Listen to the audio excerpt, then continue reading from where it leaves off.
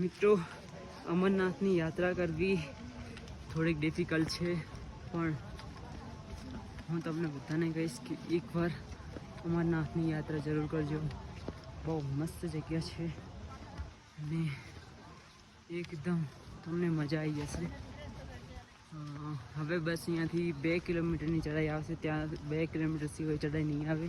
તો 13 કિલોમીટરમાંથી 11 કિલોમીટર આપણે ઢલાન જ છે. આવી 11 કિલોમીટર સુધી બસ આવી રીતે જ ઉતરતા જવાનું છે અને વળતા આવશું ત્યારે પાછું ચડવાનું થશે 11 કિલોમીટર. અને આગળ તો પછી વાંધો નથી. પોસ્ટપથરી જે છે કેમ્પ, ત્યાંથી આ ચડી જશું પછી એટલો વાંધો નથી. ઓકે,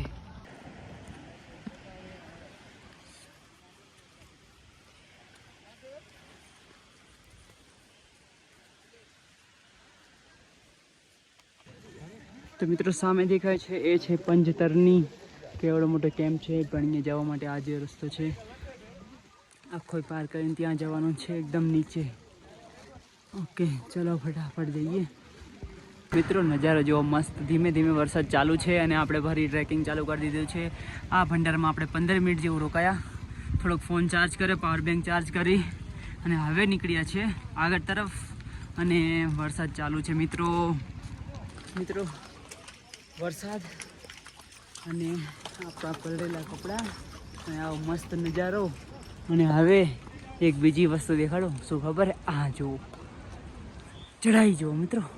અહીંયાથી આવી રીતે ચીક કરીને ઠેઠ પહેલી બાજુ આખી પહાડ ચડવાનું છે મિત્રો. ઓ માય ગોડ, ઓ ભાઈ મજા આવી રહી હોય પણ મિત્ર જે હોય. અને ઠંડી પણ બહુ છે એટલે મારા હોઠ બરાબર ખબર નહીં હું થાય મોઢામાં. બાકી મસ્ત મિત્રો. ફાઇનલી બાબાની ગુફા દેખાઈ ગઈ છે. હર હર મહાદેવ. ચાલો ફટાફટ હવે આટલું જ છે, જઈએ. સામે દેખાય છે તે છે મહાદેવની ગુફા. મિત્રો ફાઇનલી પહોંચી ગયા અમરનાથની ગુફા પર. સામે દેખાય છે એ છે અમરનાથ. ચાલો ફટાફટ હવે આટલો રસ્તો ક્લિયર કરી અને બાબાના દર્શન કરીએ. મિત્રો ફાઇનલી પહોંચી ગયા આપણે અમરનાથ ગુફા તરફ. અને હવે બસ અહીંયાથી લાઈનમાં લાગવાનું છે અને લાઈન બહુ વધારે છે. લગભગ 1-2 કલાક થઈ જશે દર્શન કરતાં. ચાલીએ સૌથી પહેલાં તો દર્શન જ કરવા છે મિત્રો. તો ફાઇનલી મિત્રો પહોંચી ગયા પાછા પંજતરણી. જોઈ લો, પંજતરણી હવે પહોંચી ગયા છે. અને આપણે પંજતરણીને વટીને તો એક આગળ પહેલો કેમ્પ આવે છે ત્યાં સુધી જવાનું છે. કારણ કે ત્યાં ગોપુભાઈએ કીધું છે, ત્યાં વાત કરેલી છે, આપણે ત્યાં જ રોકાવાનું થશે. તો ફટાફટ જઈએ આગળ અને ફટાફટ કેમ્પ પે પહોંચી જઈએ. બસ અહીંયા જ છે, વધારે આગળ નથી. આ પંજતરણી અહીંયા જ છે. તો જુઓ નજારો કંઈક અત્યારનો હાલ કંઈક 3-3:30 થઈ રહ્યા છે અને આવો નજારો છે પંજતરણીનો. ભાઈ બહુ મસ્ત ખૂબસૂરત. સવારમાં જે વેલીમાં હતા એ જ વેલીમાં આવી ગયા છે મિત્રો.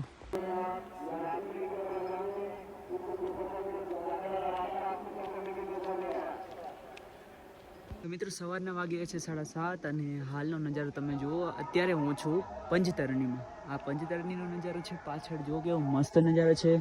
અને આજે આપણે અહીંયા એક ટેન્ટ હતો ત્યાં રોકાયા હતા. અને અહીંયા રોકાવા માટેનું વ્યવસ્થા બહુ જ ખરાબ છે. એટલે વ્યવસ્થા એટલે રોકાવાનું તો ઠીકઠાક જ છે મિત્રો. સમજી લો નીચે સુવાના કંઈક 700 રૂપિયા લે છે મિત્રો. અને તમે પોતાનો ટેન્ટ નાખી નહીં શકો. હવે આ મને બહુ જ ખરાબ વસ્તુ લાગી મિત્રો. જે વ્યક્તિને આવી જગ્યા ઉપર કેમ્પિંગ કરવી હોય તેને શું કરવાનું? અહીંયા તમે ટેન્ટ નથી નાખી શકતા મિત્રો. મેં બે આર્મીવાળાને પૂછ્યું હતું. અહીંયાને કીધું કે તમે પોતાનો ટેન્ટ અહીંયા નહીં નાખી શકો. તો મિત્રો આ બહુ ડિસઅપોઇન્ટેડ છે. અને આવા તંબુમાં એક રાતના 700 રૂપિયા મિત્રો. વિચારો તમે શું વસ્તુ છે. એક વ્યક્તિના 700 રૂપિયા એટલે પર હેડ 700 રૂપિયા. એટલે સમજી લો એક તંબુમાં તમે 10 જણા હોય તો કેટલા થઈ ગયા? 7,000 રૂપિયા તો અહીંયા જ થઈ ગયા મિત્રો. ગાઈસ ગુડ મોર્નિંગ ફ્રોમ પંજતરણી और आप सभी का સ્વાગત છે આપણા નવા બ્લોગમાં. અને હાલનું કંઈક વ્યૂ તમે જુઓ. વેલીનું કેવું મસ્ત દેખાય છે. બસ હવે આપણે ફટાફટ આ તરફ જવાનું છે અને નીકળીએ.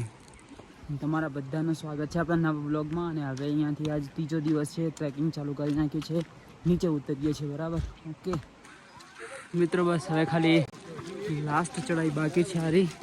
આ ચડાઈ ચડી ગયા એટલે આપણો ટ્રેક ખતમ સમજી લો, કારણ કે પછી તો એકદમ ઉતારવાનું જ છે, કોઈ જગ્યાએ ચડાઈ નહીં. આ લાસ્ટ ચડાવવાનું છે.